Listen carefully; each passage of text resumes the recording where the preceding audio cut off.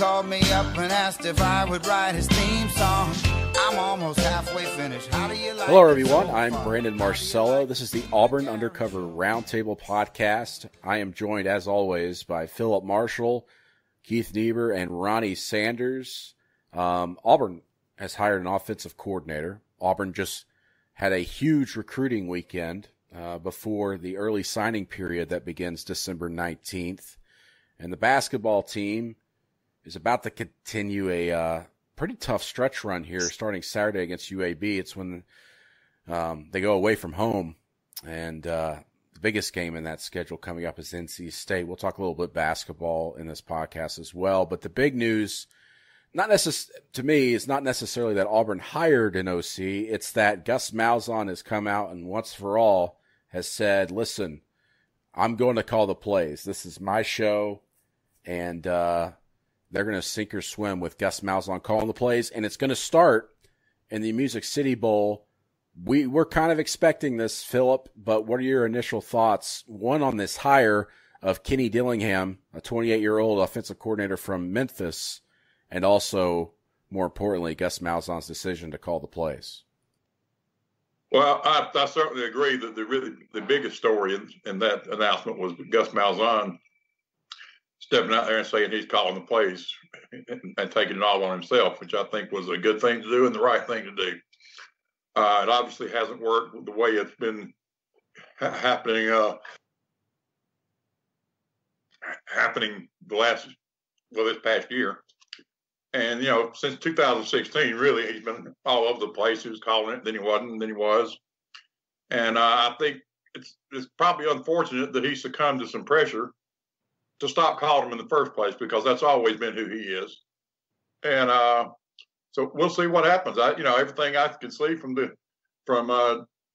Kenny Dillingham, he seems to be a very impressive young coach. I don't know how much of an actual offensive coordinator he's going to be. I think he's going to be more of a quarterback's coach than an offensive coordinator. But it's not unlike it was with Rhett Lashlee when Gus first came. So it'll be very interesting to see. Starting in the bowl game, I'm not sure that's a totally fair sample size, because he really can't. They don't have time to do anything other than what they've been doing scheme wise. So. Yeah, there's really not much they can change, obviously, in these really next 2 weeks. I mean, Auburn, as we record this, hasn't even started practicing yet. They're supposed to start practicing Thursday, where if they were to fit in the not required, but the allotment of practices, which is 15 before a bowl game, they would literally have to practice every day before the bowl game if they start practicing Thursday.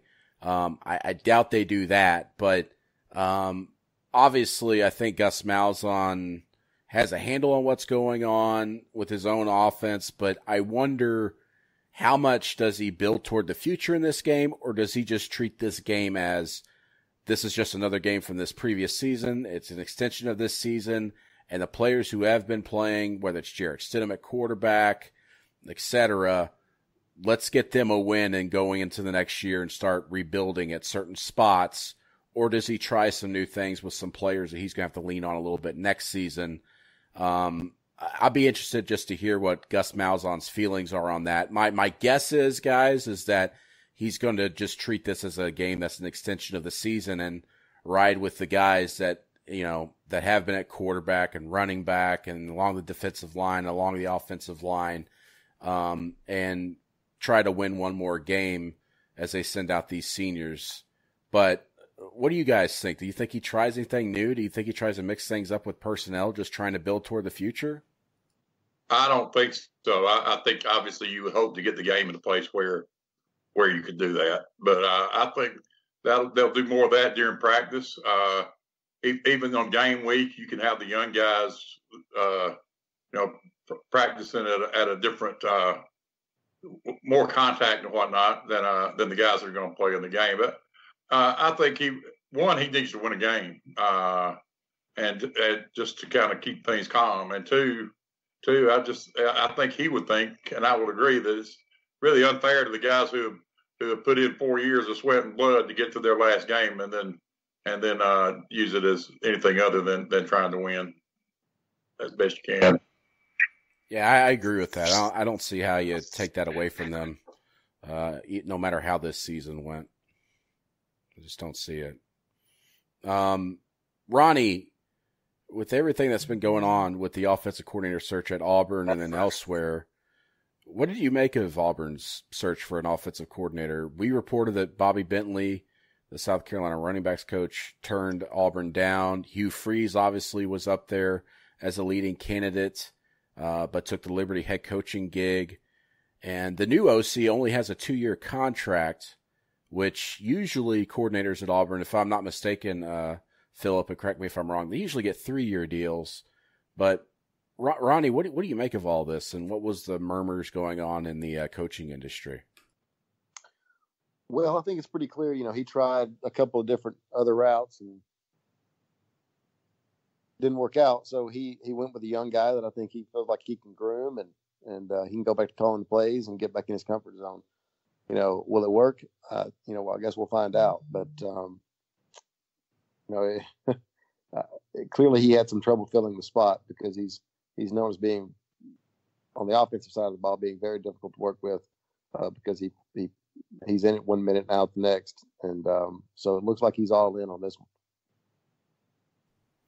And I'll tell you what, hiring a 28-year-old, and I don't care what he's making, but getting a promotion to the SEC program, whether it's quarterbacks coach or any position coach, and you have the OC title, I'm sure the kid's going to jump at it. I mean, he hasn't called plays, based on at least what I could see, since 2013. It was at a high school, and it was his only year calling plays. And I don't know if that OC title was necessarily just by design either, where it was just a title and he wasn't actually calling plays then. But I've tried to go back in his past and reach out to people, and he doesn't really have a lot of connections in the industry other than his old high school coach, who's now coaching at Cal as a special teams coach, and Mike Norvell. So, I mean, he's a name that I obviously hadn't heard of. I mean, had you heard of him, Ronnie? No, I had not heard of. I mean, I had heard of him, but he was not a name that I had heard associated with the job. So it kind of came out of the blue as far as that goes. But I mean, I've heard really good things about him. I heard he's a sharp guy and a pretty good coach. So, but the question is going to be, will he be allowed to coach?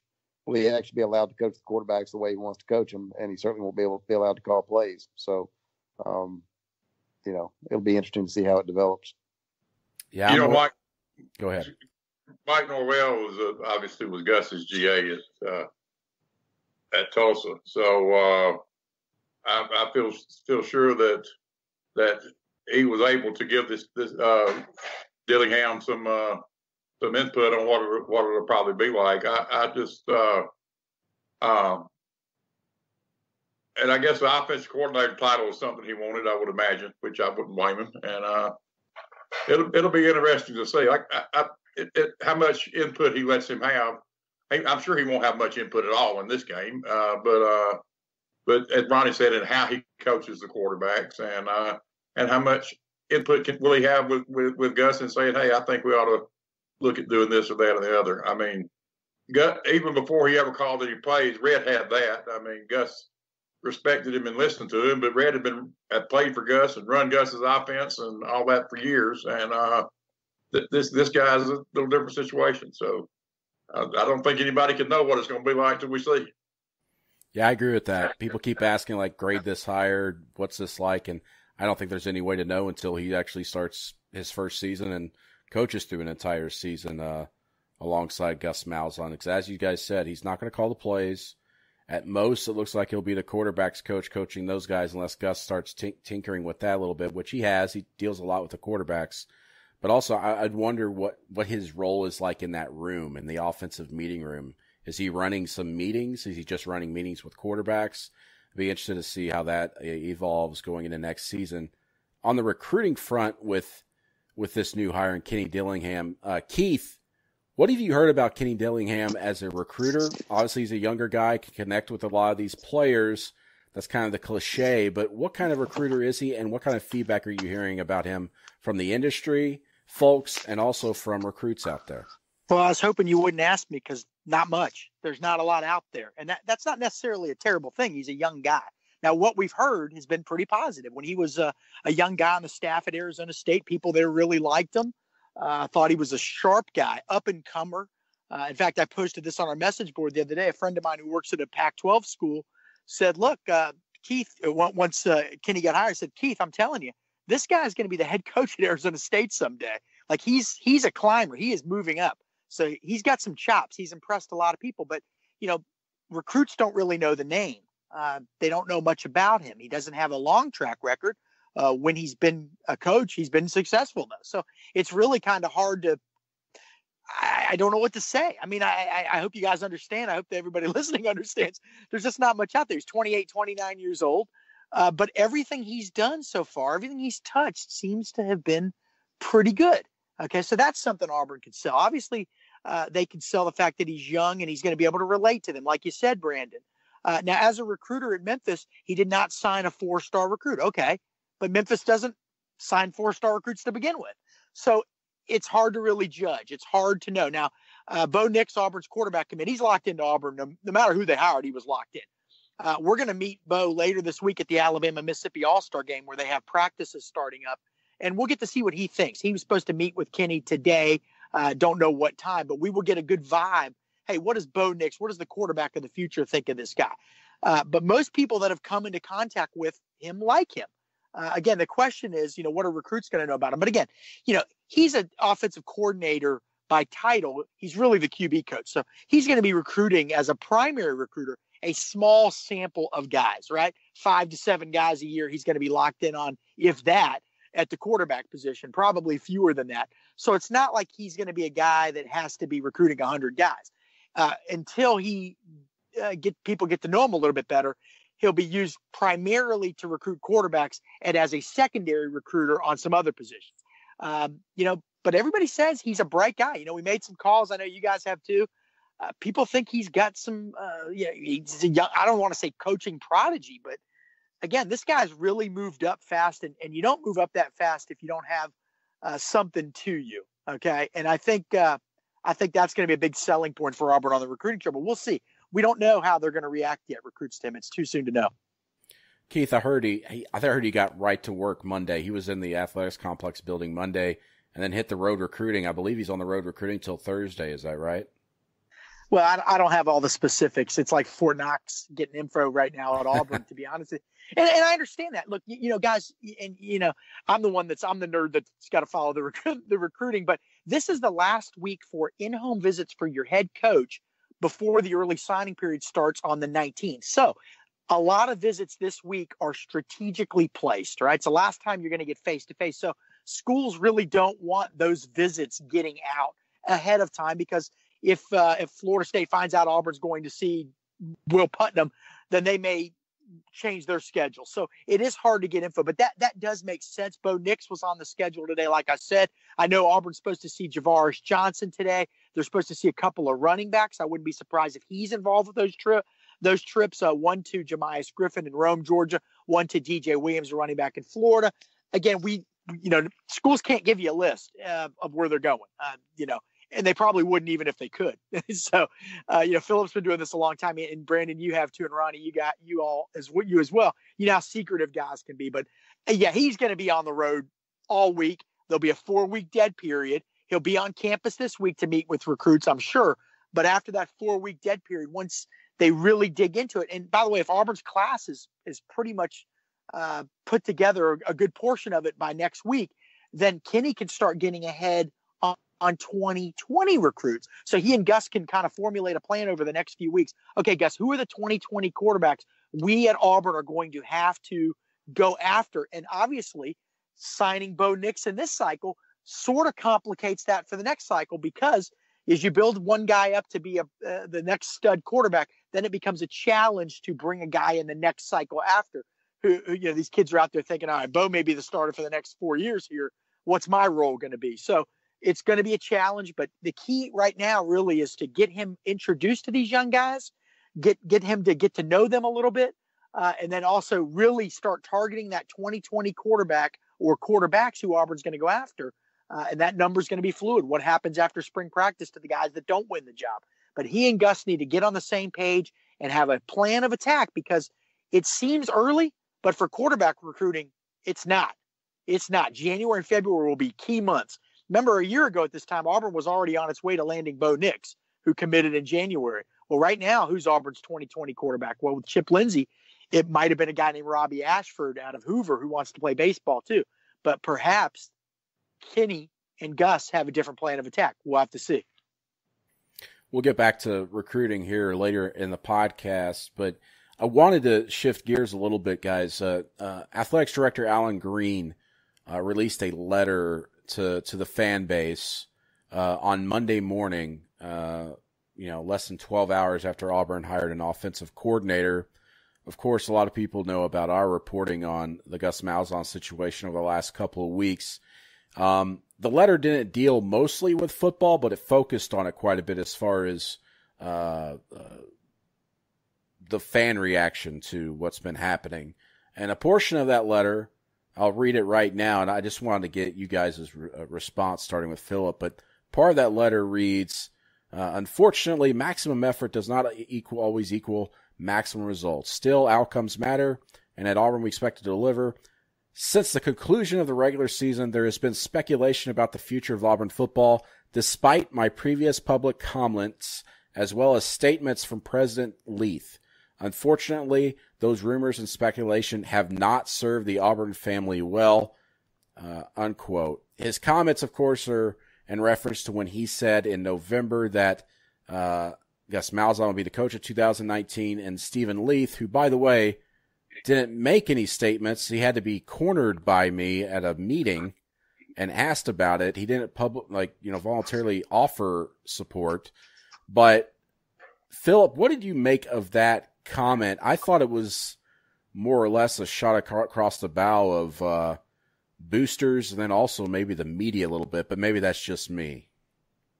No, I agree with you, and I hate to try to I can't know exactly what his intent was in saying that. All I know was what we reported, and we didn't report any rumors or speculation. I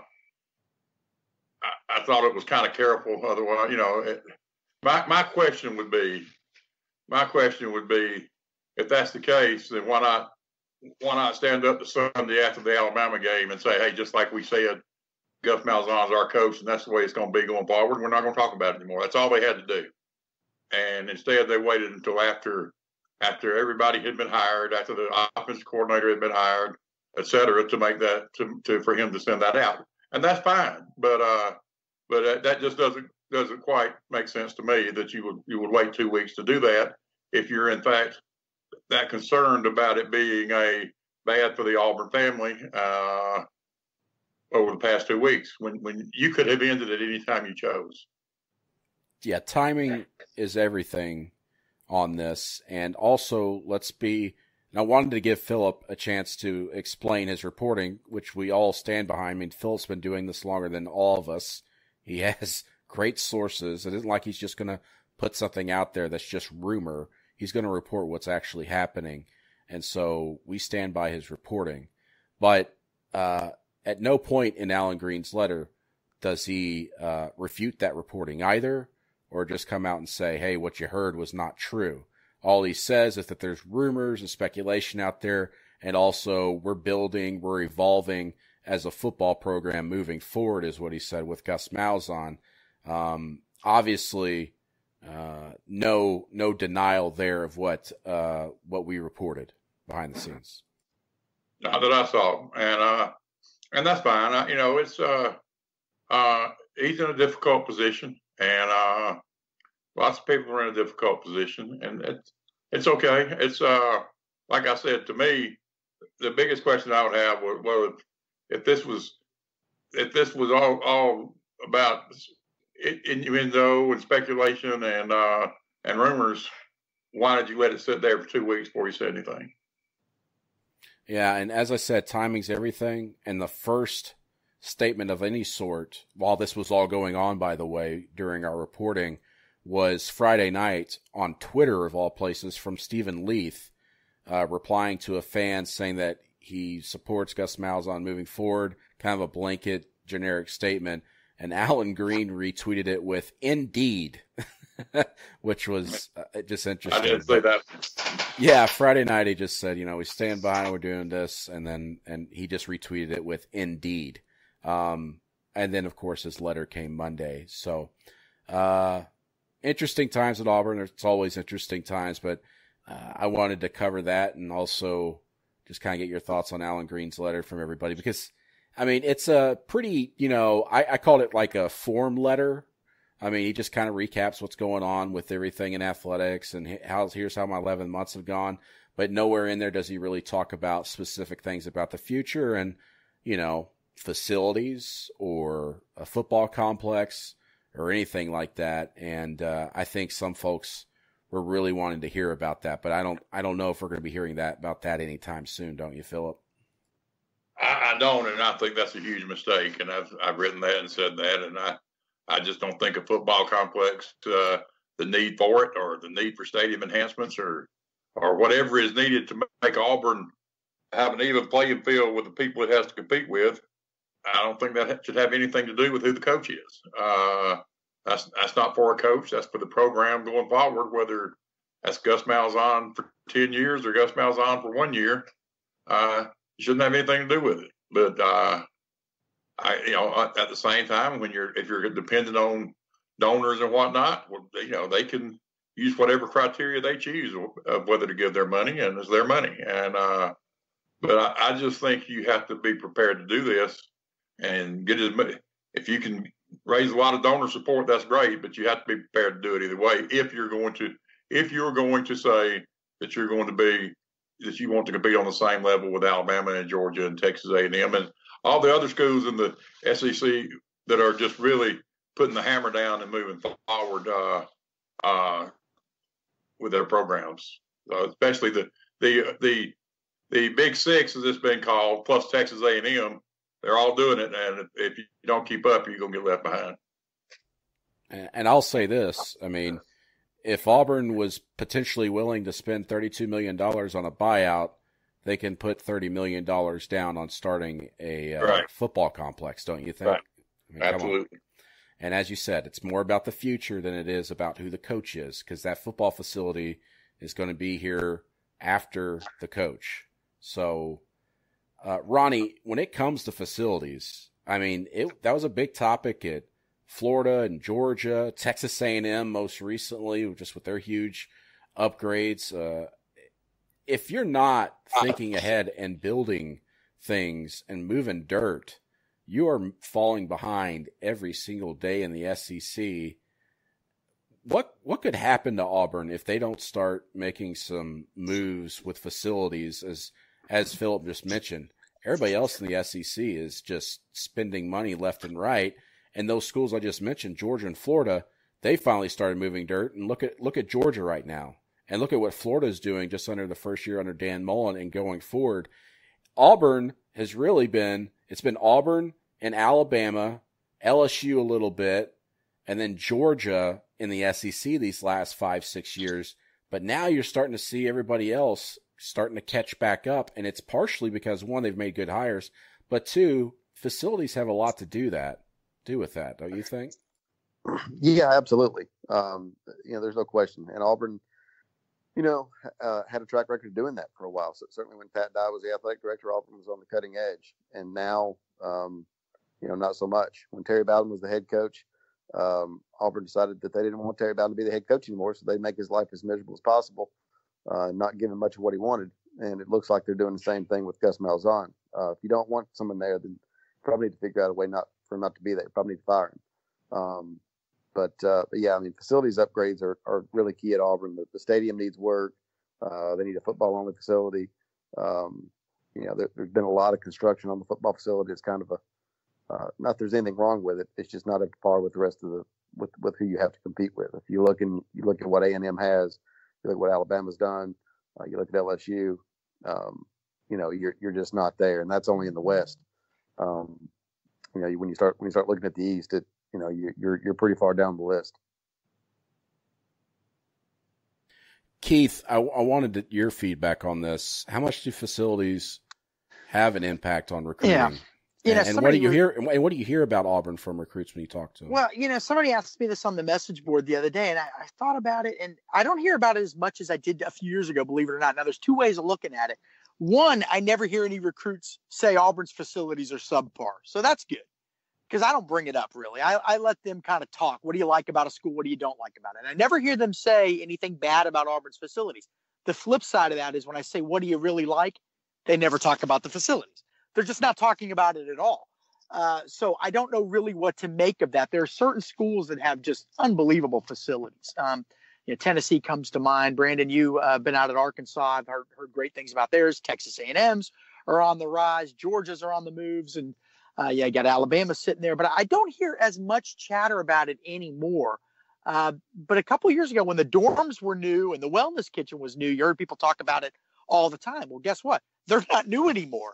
They're not new anymore. It's kind of like, when I was in school and college, there was always something construction going on. And I couldn't understand why couldn't there just never be any construction? But if you weren't building, you were falling behind, right? If you weren't building new libraries and things like that. And it's the same thing with the athletics. But honestly, there's just not as many people talking about it lately. And maybe I'm not doing a good enough job asking them about it. But I kind of feel like, as a recruiting writer, by asking, I'm almost planting the seed in the head.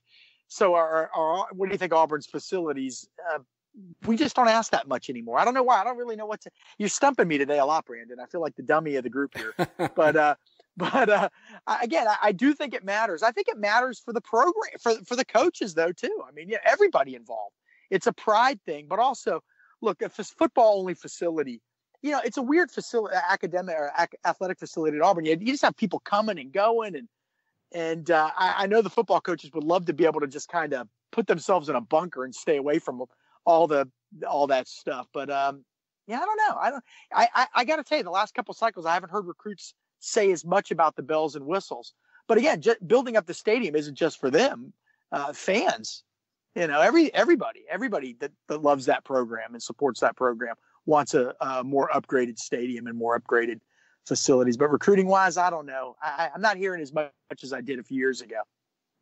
Well, you look around campus, there's a lot of construction going on just in the academic world. I mean, there are some huge buildings going up.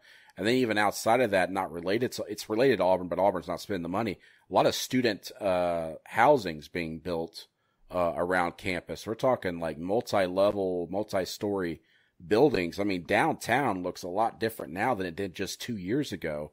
Yeah. I mean, the campus is growing.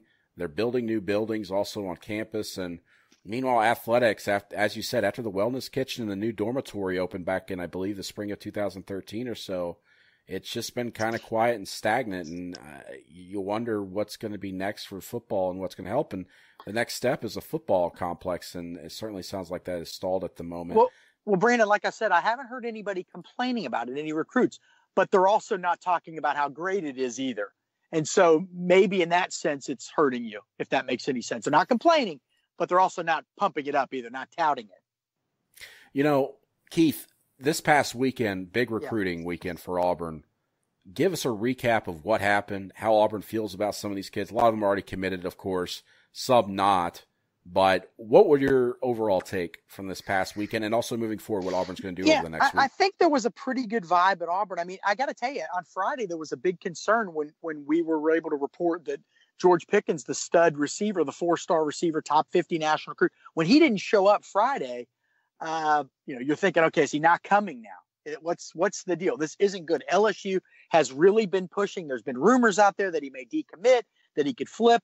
And when he didn't show up Friday, he didn't know what was going on. And again, our sources aren't talking a lot right now. There's so much going on within the program that people that have information are kind of tight-lipped about everything. And that filters down to recruiting too.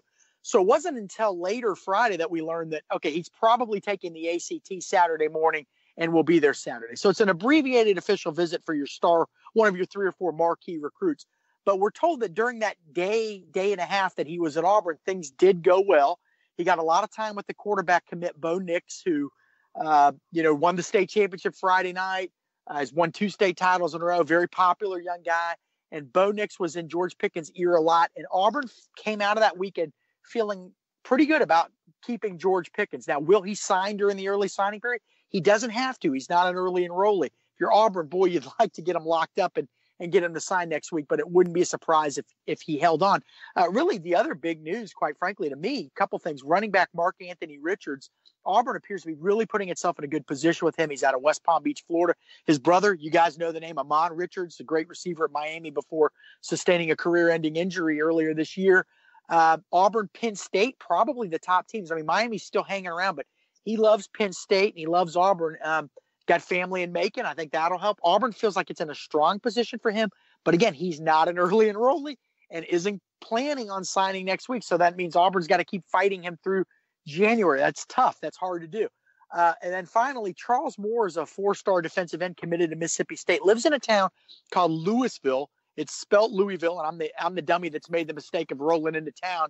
I've been there I've been there several times. Yeah. Make sure you pronounce it correctly. It's also the Mecca, used to be the Mecca of SEC basketball. A lot of the Kentucky coach for women's basketball is there. Chuck Dunlap, who works for the SEC, grew up there. It's very, very strange, very small town, but a lot of people who work in the SEC are from there. Well, yeah, and they got a big player from there. It's 30 miles or whatever from Starkville. Charles Moore's committed to Mississippi State and has been for over a year.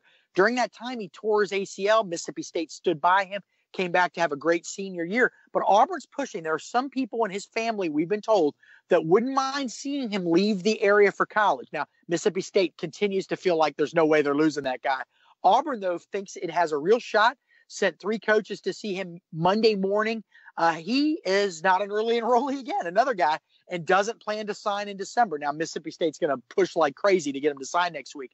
But that's another one that could go into January, February. Auburn thinks it has a shot. His very best friend is a kid named Jaron Handy, who is a top 100 recruit committed to Auburn right now, and he was on that visit too.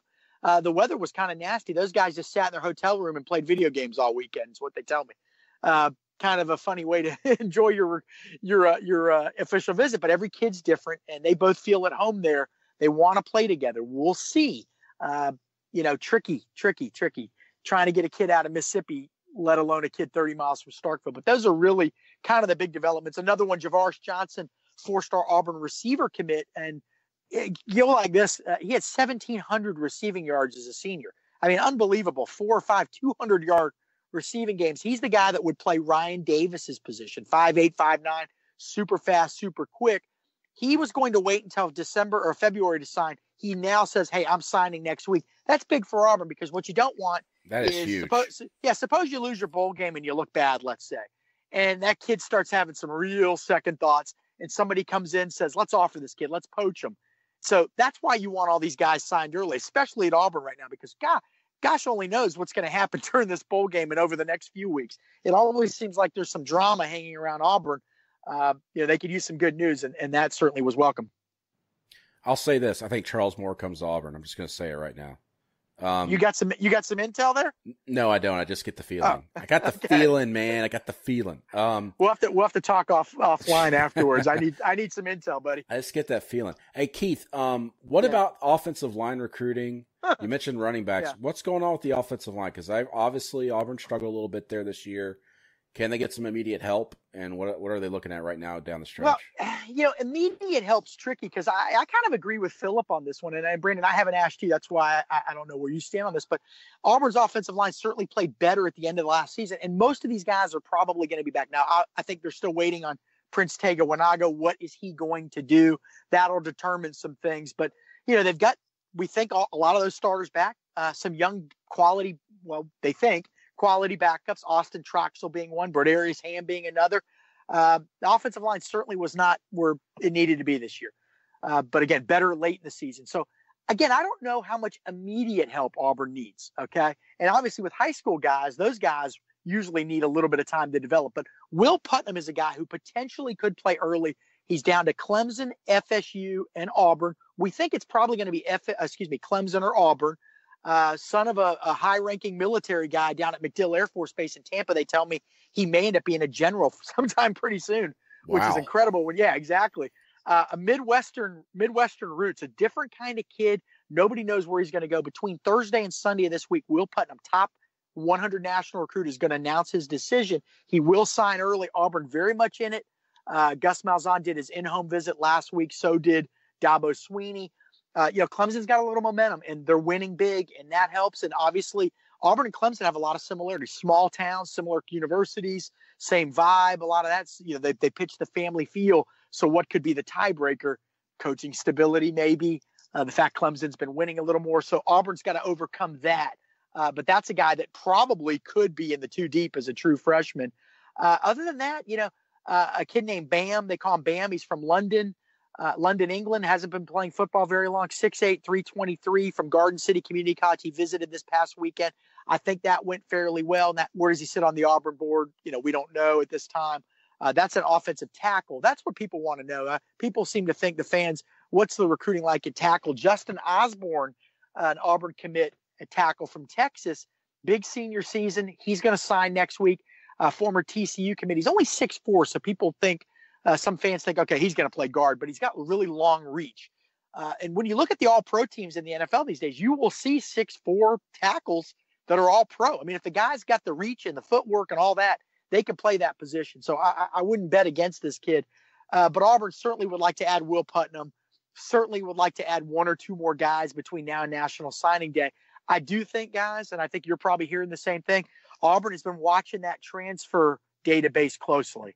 I think offensive line is where you're going to see maybe them grab a guy. And they don't have to play early. It doesn't have to be a grad transfer. It could be a regular transfer. Again, they've got a lot of guys coming back. Maybe you find a good guy in that pool. You bring him in. He sits out the year and plays the next year. Then you have him ready to go the next year. But to me, that's the position where you're really going to see Auburn try to do something. Keith, what about Khalil Tate? What's going on? Arizona quarterback. Still don't know for sure, unless I missed something in the last couple of hours, whether he's definitely transferring. But I've reported it. You've reported it. Phillips reported it. We all have independent sources.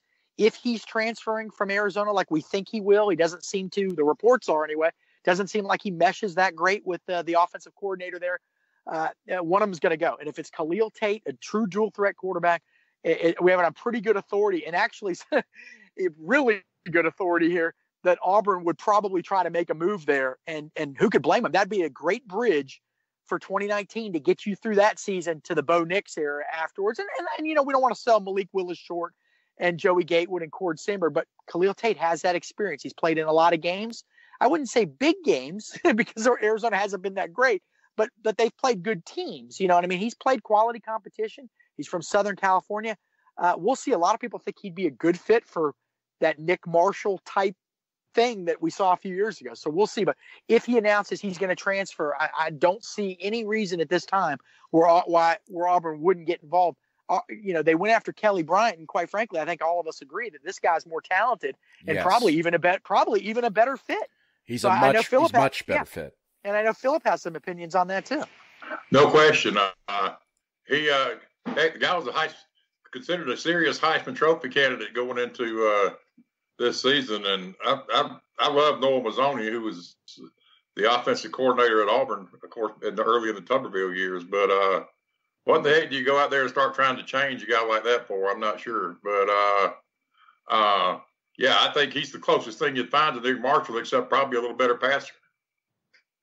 With Khalil Tate, as you said, they tried to make him more of a pocket passer this year, and then he injured his ankle, which even hindered him a little bit more. And I think his top rushing game was something like 43 yards on like 11 carries.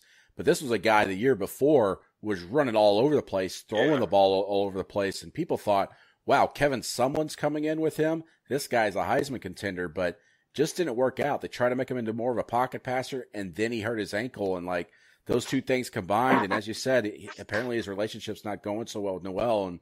And it's interesting that the kid hasn't said anything since the end of the season. Someone asked if he's going to be there next season. He said, no, next question, I think is what he said. And it's been silent ever since. I wonder if he's sitting there to see which quarterbacks declare for the NFL draft, and then he's going to make his decision. I don't think he's a guy who's going to get picked up the NFL draft high, but I think for his own purposes, I think based on what I've read, not what I've heard, he's sitting there seeing how that goes, and then he's probably going to make a decision about his own future, whether to grad transfer, stay at Arizona, or maybe even go to the NFL. Well, if I could point, go ahead, Philip. Part of it is he doesn't graduate until May, as I understand it. So, he really it's not like he can do it now. I mean, he can say whatever he wants to say he's going to do, but he can't be a grad transfer obviously until he's a graduate. So yeah. And it would be one of those situations like Nick Marshall, him coming in the summer, if Auburn could get him, who knows, may not even have a shot. We don't know. But come in the summer, but at least it's an offense he'd be familiar with. He's been playing at a high level of competition. I know, like the Pac-12 isn't the SEC, but it is a high level. One other thing, with Kelly Bryant, he was looking for a place that could further develop him as an NFL passer. I don't think Kelly Bryant wanted to go somewhere and really run a lot, guys. I'll be honest with you. But I think Khalil Tate knows he's better when he's running, and I think that's the difference. Another difference between those two guys. I agree, and unlike Nick Marshall, I mean, Khalil Tate has been the starting quarterback for 2 seasons or most of 2 seasons in a Power 5 conference. I mean, Nick could not play quarterback. Had played one year at Georgia as a defensive back and had played quarterback in junior college the year before he came to Auburn. So you would think that a guy like Khalil Tate would be a little bit better equipped than Nick was, and obviously that turned out pretty well. But yeah, it's going to be interesting to see what happens with him because you got spring practice going on, and I guess if I was Khalil Tate or somebody like him, I might be a little bit cautious about, am I going to come in? Are they going to put the freshman ahead of me? Are they going to put the freshman ahead of me the first time I have a bad game, like happened to Clemson? I'd be a little concerned about that if it was me. It's going to be interesting to watch. Definitely, he would be a hot commodity if he says he's going to transfer somewhere because there's going to be a lot of teams after him. I think Auburn's going to swarm all over him, though. I don't have any doubt. Yeah, I agree. They will swarm all over him. I wanted to talk basketball here really quick. Philip, this basketball team is so fun to watch this season in person. I want to read off some stats right now. This is incredible. And they're analytics, so Philip, don't choke me. I know you don't like much analytics. But I'm not smart enough to like analytics. These are incredible numbers, Philip. Listen to this. Their turnover percentage, as far as defense, is number 1 in the nation. 29.6% of opponents' possessions result in a turnover. That's incredible. Wow. They're number 1 in block percentage. They're blocking shots on 22.7% of possessions. Steal percentage, number 2 in the nation, 13.8% of possessions. Incredible numbers. And their adjusted efficiency on offense, number 10 in the nation. Adjusted efficiency on defense, number 17 in the nation. This team, as much as Bruce Pearl was harping in the preseason that they were not good defensively and they weren't there yet, this team is probably the best defensive team in the country right now as far as forcing turnovers and turning those into points. And as I said, they face a crucial stretch here, UAB, NC State. But what are your impressions so far of this Auburn team, Philip? Because they're doing so good with their starting 5 right now. Austin Wiley, who's going to be an NBA draft pick, he's coming off the bench, and right. The coaches tell me that might continue throughout the entire season. I think that when they are playing high energy and playing at their best, they are really it's almost impossible to stop them. And they got so many ways to beat you. I mean, they can beat you on the 3. They can throw it inside. McLemore is a really terrific player. He was last year, and kind of gets overlooked sometimes because he does so many things. And I think Samir Dowdy has obviously been a big addition, and they're going to get another big addition Saturday when Danielle Purifoy comes back. And though I suspect that'll take a little while to kind of work itself out. But the only thing I've seen, particularly the last game, they got out rebounded pretty bad, and they had 2 spurts, one in the first half and one in the second half, where they were just unstoppable, and they got big leads and gave back a good bit of those leads both times. Not to the point you ever thought they were going to lose the game, but I think when they get an SEC play, having watched Tennessee beat Gonzaga Sunday, they're going to need to be able to maintain that high energy level for a little longer periods of time, and certainly have to hold their own on the boards. But when Bryce Brown and Jared Harper, who's I think one of the best point guards I've ever seen at Auburn, when they're playing at their best, which they usually are, they make everybody around them better, and they make Auburn very hard to beat. When's the last time, Philip, you saw an Auburn team throwing up alley-oops and lobs as many times in a game as they do? They do it 3-4 times a game. Yeah, look, they got some really, really good athletes. They got all the pieces you need, and like you said, it's very telling that an aircraft carrier like Austin Wiley doesn't play half the game sometimes. He's kind of like, you want to talk football. He's kind of like the fresh defensive line coming in the fourth quarter. They just kind of rotate him in, and he just wears everybody down. You've seen it against some of these smaller opponents, but also some of the bigger opponents too. He frustrates them offensively and defensively, and he does get in foul trouble from time to time, but just his presence in there really messes with the team when Anthony McLemore comes in, and he comes in because all of a sudden you're playing a really athletic big man who can block your shot, and then you're playing a load in there. As you said, he's like a big pillar of concrete that you have to try to get around, and he's not easy to get around because he runs the floor very well too. So they've got all the pieces, and as you said, D'Angelo Purifoy coming back, I think their one concern with him is defensively. That was his issue as a freshman, playing defense. But boy, can he score. And they were saying the other day at the assistant coach media day, they are not worried about his offense. He's going to score points. He's going to give them a third option in shooting the three ball, also driving the ball to the hoop and creating his own shot. But his big thing is going to be his lateral quickness and playing defense, because if he doesn't play great defense, they will rip him off the floor. That's what this team's all about. You got to play great defense to get out there, because their defense, that leads to their big offense and these big numbers they've been putting up. I agree. And listen, I don't know if they'll win the SEC again or not, but like I said, Tennessee is really good. But they're going to be there at the end, and they're going to have a nice lead in the NCAA tournament. It's going to be it's amazing, really, when you look at the absolute total wreck that Bruce Pearl inherited, and to see this team right now, which I've seen some Auburn teams had great players: Charles Barkley and Chuck Person and Chris Morris and Gerald White and Frank Ford. And those Sonny Smith teams, NCAA tournament teams in the '80s, had a lot of great players, but I'm not sure I've seen a team as athletic as this one from top to bottom. They're just so much fun to watch, watching them run the floor.